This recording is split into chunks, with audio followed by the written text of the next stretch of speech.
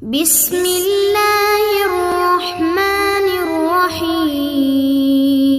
وہ نیک کام جس کو مفلس بندہ مفلس نیت کے ساتھ کرے اور اس میں کوئی کمی رہ جائے تو اللہ تعالیٰ کی جانب سے اس کمی کو ہی اس کام کی خوبصورتی بنا دیا جاتا ہے، جس سے وہ کام امید سے زیادہ کامیابی حاصل کرتا ہے، پھر بھلے ہی اس میں وقت لگ جائے۔ توبہ کرو اور یدی گناہ سے بھی توبہ کرو۔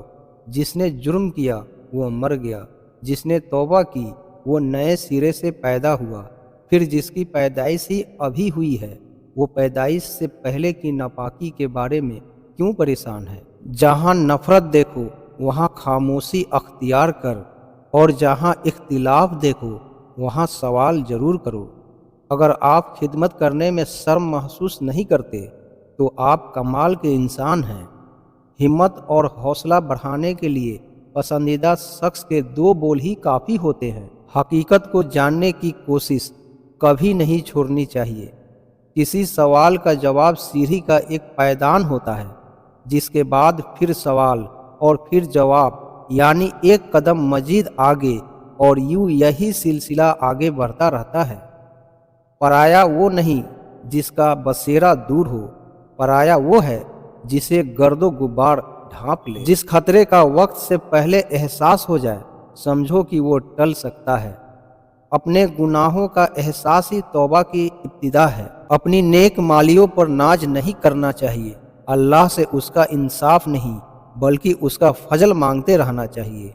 خاموش انسان خاموش پانی کی طرح گہرے ہوتے ہیں۔ اللہ سے وابستہ ہونا زندگی ہے اور اللہ سے غافل ہونا موت ہے۔ آپ اللہ کی باتوں کو مانتے جائیں، ورنہ اعتراض کرو گے تو محروم ہو جاؤ گے۔ اعتراض شیطان کا مقام ہے۔ جب ڈر پیدا ہونا شروع ہو جائے تو سمجھو اعمال غلط ہو گئے۔ ایسے وقت میں استغفار ضروری ہے۔ اگر مگر بے سکونی کا نام ہے، کاش بے سکونی کا نام ہے۔ اگر بن دیکھے سے محبت ہو جائے تو بڑی بات ہے، اور جب یہ بات عطا ہوتی ہے تو پھر محبت ہوتی ہے، ورنہ تمہیں کیا پتا کہ کس طرح محبت کرنی ہے۔ جس کو دیکھا نہیں اس سے محبت کیا ہے؟ جب اسے دیکھا نہیں ہے اور محبت ہے تو یہ اس کی اپنی توجہ ہے جو محبت پیدا کر رہی ہے۔ آپ اپنے آپ کو عقل مند کہتے ہو اور بے عقل کے ساتھ گزارا کر نہیں سکتے، تو بے عقل تو آپ ہی ہو۔ علم کی تعریف کیا ہے؟ جاہلوں کے ساتھ گزارا کرنا۔ اور عقل کی تعریف کیا ہے؟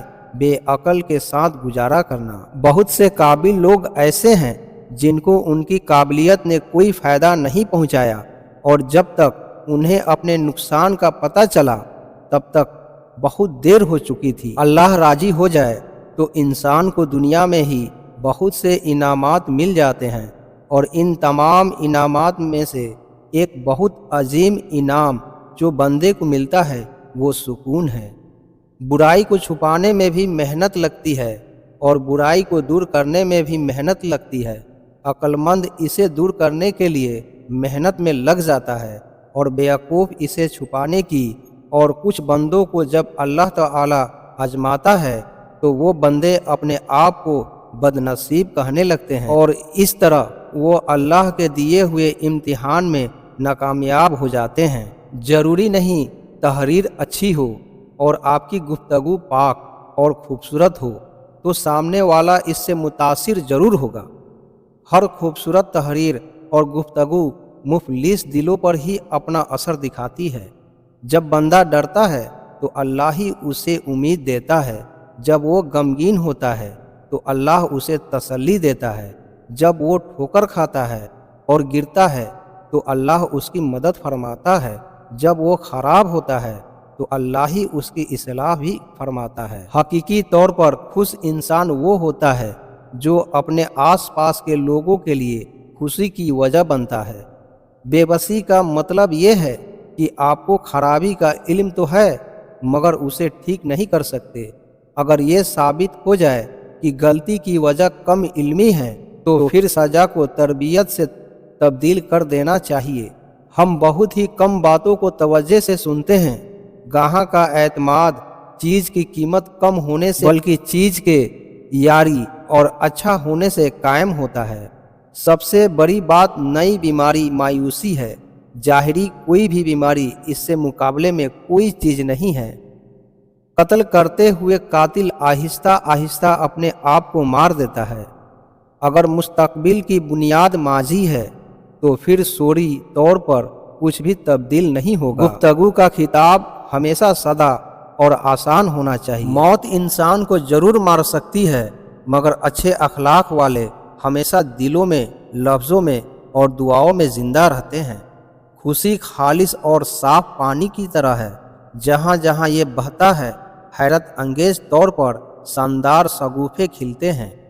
انسان کو اچھے اخلاق کے پاس داری کرنی چاہیے، ورنہ مرتے وقت پچھتاوا اس کا مقدر بن جائے گا۔ جہاں دماغ کو صرف حدیں نظر آتی ہے، محبت وہاں بھی چھپا ہوا راستہ دکھا دیتی ہے۔ انسان کو اپنے عیب پر نظر رکھنی چاہیے، ورنہ اس کی نیکیوں کو نظر بد لگ جائے گی۔ یاد رکھو، جب تک اپنی نجات کا یقین نہ ہو کسی گنہگار کا مذاق نہ اڑاؤ۔ ہم ایسے منافق لوگ ہیں کہ کسی کی تکلیف کو اس کے گناہوں کی سزا سمجھتے ہیں اور اپنی تکلیف کو آزمائش۔ صرف دل میں ہی اتنی طاقت ہے کہ تمہیں آسمانوں کا سفر کرا سکے۔ جب انسان کی آنکھوں سے شرمندگی کے آنسو بہتے ہیں تو اس پر رب کی رحمت برستی ہے۔ جب مشکلات اور پریشانیاں دل میں ڈرے ڈال دے تو صبر سے کام لو، کیونکہ صبر کی کنجی ہی سے خوشیوں کے در کھلا کرتے ہیں۔ جو عقل مند ہیں وہ اپنی عقل کو اللہ کی ذات اور اس کی صفات کے سمجھنے میں لگا دیتے ہیں، لیکن بیوقوف لوگ دنیا کے کاموں میں اپنی عقل کا استعمال کرتے ہیں۔ اپنے پروردگار کے نام کا ذکر کرو اور ہر طرف سے بےتاب لوگ ہو کر اسی کی طرف متوجہ ہو جاؤ۔ غم نہ کرو، کھوئی ہوئی چیز کسی دوسرے صورت میں واپس مل ہی جاتی ہے۔ محبت میں تھوڑی سی توجہ زیادہ ہو جائے تو عشق بن جاتا ہے۔ محبت ظاہر کرنے کے لیے اسے کسی چیز کی ضرورت نہیں ہوتی۔ محبت اپنا نور آسمان تک پہنچا دیتی ہے۔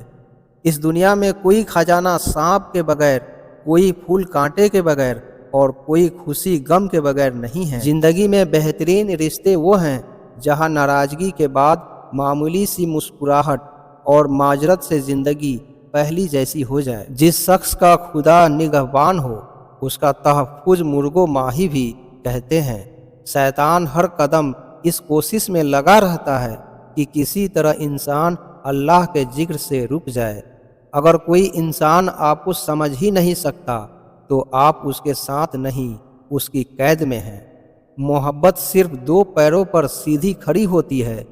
اس میں ایک پیر توجہ کا اور دوسرا پیر عزت کا ہے۔